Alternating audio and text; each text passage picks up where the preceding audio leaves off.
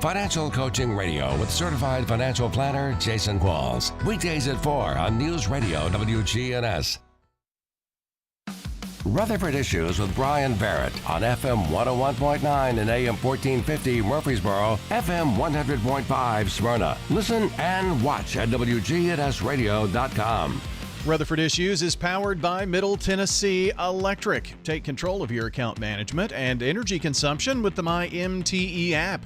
Just download in the App Store, manage your account, improve your energy habits, and more. MTE, serving to make life better since 1936. Katie Peachy is joining us today from the Beesley Animal Clinic and Foundation this morning. And good morning. Good morning. Good to have you. Thank you for having me. It's always good to have you come in, and I know you and Dawn have been coming in kind of alternating and whatnot, but she's got some duties that all Americans have to take up sometimes. Yes. Yes. So that's all fine and good, but how are things going at Beesley? Good. Busy, yeah, but very good. So that's one of the things we wanted to talk about was for the clinic. We have been extremely busy, and with the heat, we always want to make sure that we are careful with people's times and the pets if they're in the car, because we do everything curbside. But we just ask for patience, and if you see a long line, realize that depending on when you arrive, we may or may not be able to get to you, but we will try our best, and just to be patient. If you have questions and that's something that can save you or us some time, we are more than happy to help. We have a text line. You can call and leave a message that is a little bit more time consuming to get back to people who are short, so we can send the text a little bit easier. But if you have questions, just let us know, and our website has a whole lot of information on it, so that can also be a resource. Sure. So. Now, when you talk about lines, is that for like coming by for vaccinations or? Yes. Okay. So that's the thing. A lot of what we've been trying to clarify as much as we can on the website without having too much information so that it doesn't get read or gets overlooked. Beesley, we're open from 8 until 5. Mm-hmm. And that is for surgery drop off in the morning, and then for surgery pickup in the afternoon. That's the extended hours that people may not see. So we refer to our clinic hours, the vaccination clinic hours, those things. That's from 10 in the morning until 12:30, and then from 1:30 until 3 o'clock. And during those hours, we are able to do the vaccinations, microchipping, taking applications if you want to do it, in person by hand instead of sending electronically. But a lot of times people will say, well, I saw that you were open, or you see people inside. But at first, we're getting them prepped for surgery, getting them inside and getting them prepped for surgery. And then the afternoon hours, we kind of transition. So that's why we want the staff to be able to take lunch, and that's why we stop at 12:30 to make sure. So if you pull in and you're in line at 12:27, but there's 2 cars in front of you and we're working with them, then if we do that, then the clinic staff won't get a lunch. And the same thing for 3 o'clock. We want to finish as close to 3, like at 3, so we can transition, because then we start having the surgery pickups, and it's kind of all hands on deck for both of those things. I saw, I just went to BeasleyAnimalClinic.com, and I see you got, vaccination curbside hours, all, and it's right there in your face. So and we update that weekly, because sometimes it does change. We might have some wellness, and then so if you see that Thursdays sometimes we'll have an extended hour or two. We try to note it. It's bright green. We try to keep it looking the same week to week and update it, and it will be on Facebook and Instagram and the top and bottom of the website. So now, is there a best time? I mean, what would I understand not coming at 12:15 to try to get in if there's a line, or at 2:45, right? But honestly, I can't say yes or no. I can't answer, because somebody asked that. It's like, hey, is there a better time than? And this summer has been weird. Like we've had it where it's literally like I'm on the foundation side, and there's a door beside my desk, and so when I see the cars have wrapped around the building, that's when I'm like, whoa, it's going to be a day. I don't know all the clinic answers, but I will try and help. And really, we've got great staff. Everybody's going to pitch in, but I don't know, but I tell people, if you can be here when we open, or even a few minutes before, if you've got the time, get here at 9:45, get in line. that is probably going to be better. Yeah. Either the 9:45, 10 o'clock, or the 1:15, 1:30, and know that, yes, you might have to wait a few minutes, but the summer schedule's just been odd. With you never know when people are going to take the opportunity to do it before vacation or something like that. Well, the key is, not to show up at 12:15 and in a line and think you're going to get seen, or at 2:45, because, and I'm sure that some folks, if they don't pay attention to that, kind of get, and they get upset, and we're really trying to, we just want everybody. Well, we want the staff to have a lunch break. I mean, that's really important for them. The clinic, that they're hustling from 8 until 12:30, and sometimes a little before. Actually, they go out before that to start getting surgery patients in. So we want them to be able to have that time. Yeah, I mean, and it's only an hour lunch break right there. So well, and technically that's so that they can wrap up whatever they're doing, and so they get about 45 minutes. So we're just try to be good with their time too. I get that. So just know, check the website, and you say it changes weekly. So and for the last couple of weeks, it's been the same. I think it's going to be the same. We're open Monday through Thursday, so we are closed Friday, Saturday, Sunday, but Monday through Thursday we try to have those hours posted. Okay, very good. So that's the vaccination clinic, and you were saying that your hours are earlier, and this is maybe for preventative care or surgery, spay, neuter, that kind of thing? The earlier and later hours are for the surgery. The spay, neuter, we deal with cats and dogs, and we spay, neuter cats and dogs from 16 weeks to 10 years of age. So, and again, all that information is on our website. When you go to BeasleyAnimalClinic.com, there's a services page that will let you know, like, we don't see sick pets, that they have to be a certain weight and certain age, can't be over 80 pounds. We don't have the equipment, and then the staff that gets cumbersome, the cages. So we want to make sure that when you do come, if you already know you have a 100-pound dog, that's not you're going to need to go see a full service veterinarian. But those earlier and later hours are for the spay and neuter. And then you can use the website, find the information with the application, or you can text. We have a text line, and you'll be able to schedule for the wellness appointments. And that's where we do the heartworm test, the FIV, where we will ear mites and things like that. You can schedule wellness appointments to have that testing and stuff done, puppy shots and things like that. Yeah. And they need the first little appointments to get going with new pets, possibly.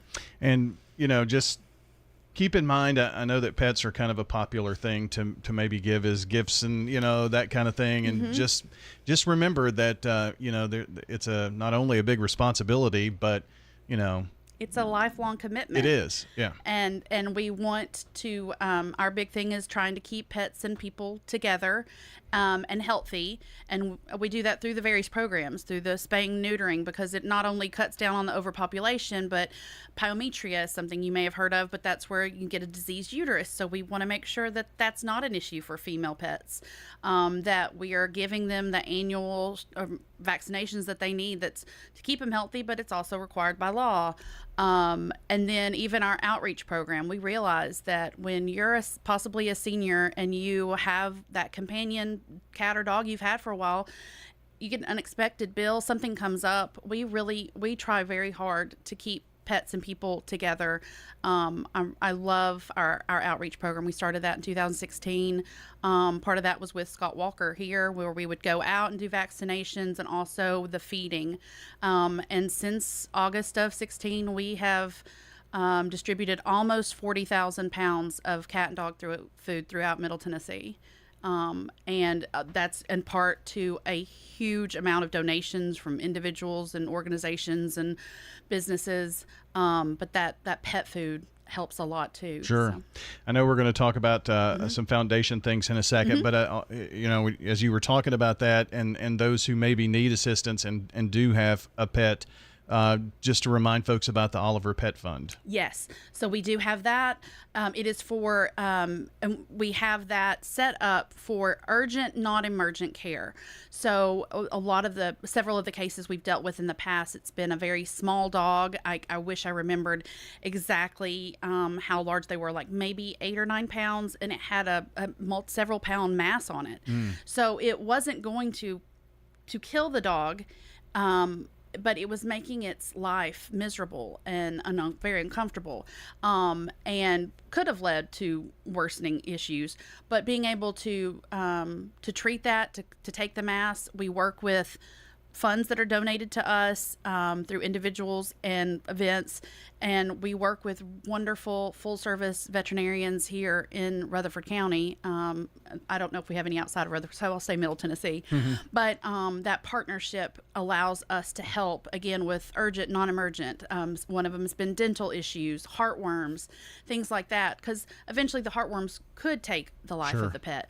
But if we can get it soon enough, and all that information, the application can be found on our website. Yeah, and again, that's BeasleyAnimalClinic.com. Katie Peachy is joining us from the Beesley Animal Clinic and Foundation, and you mentioned that you're kind of on the foundation side. You do a lot of stuff over there, and do a lot of grant writing and things of that nature and such, but events kind of fall under your purview, I would say. Yes, I do a lot of the events as well. So we actually have 2 coming up, and we, again, absolutely love the partnerships that we have with veterinarians, and Family Pet Health is hosting trivia nights, or days. I think they've had a couple day ones too.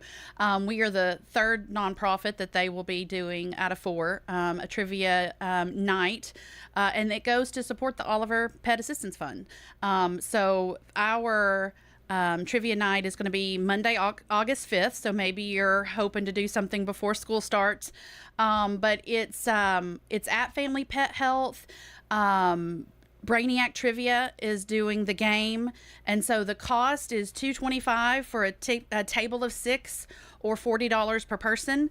And we have where you can just buy, if you know you want to play solo, or there might be 2 other people, you've got 3 already, you can put a team together. But it'll be the dinner, the game. We've got snacks and some beverages. We've got some prizes we're excited about. And so again, that's Monday, August 5th. You can either do a table of 6, or you can do an individual ticket. Okay. Yeah. And Family Pet Health, by the way, they've got a brand spanking new facility out there off of Joe B. Jackson, and really looks nice out there. It is. It's very nice. So I think they call it their garage. It's the nicest garage I've ever been in, but their garage/meeting room is where we play trivia. So we'll have, I think, 10 or 11 tables, so 10 or 11 teams. But it's a fun night. And we went to their first one for Farrah Hollow. It was great, and the Justice Smokin' is the food truck that does it. It was a great meal. It was really, really good. So that'll be Monday. We have that event on Facebook, on our website. Okay, good. So it's on the foundation website, or? Yes. Okay.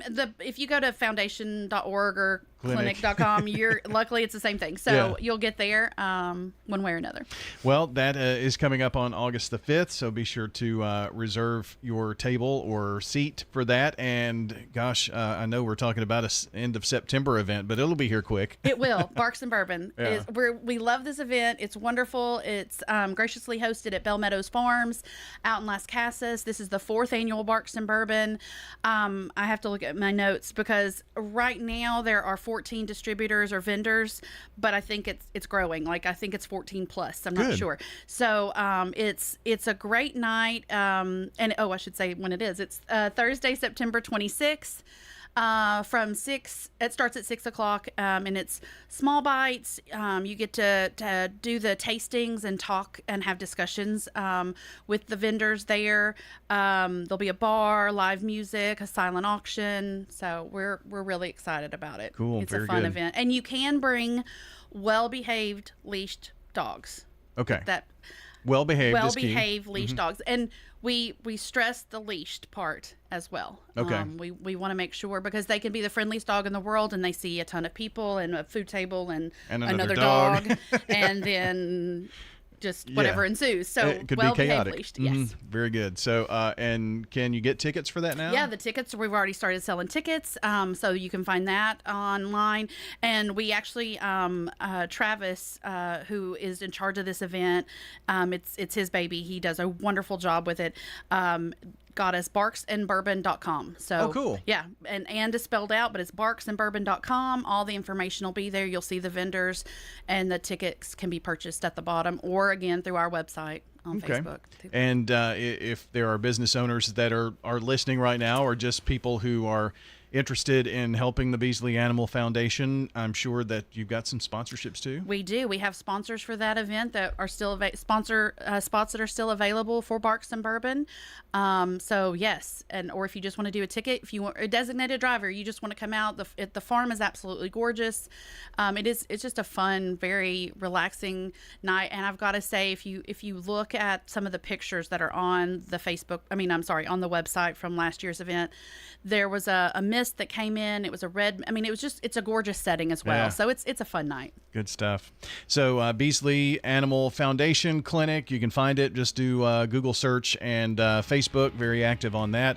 And Katie, thanks for coming in today. Thank you so much for having me. Absolutely. That's Katie Peachy joining us today, the Marketing and Grant Administrator with the Beesley Animal Foundation and Clinic. Don't forget, if you missed part of the program, be sure to check the podcast. It'll be up shortly at WGNSradio.com, or you can check out the archived video on our YouTube channel. Hope you have a great day, everybody. See you next time.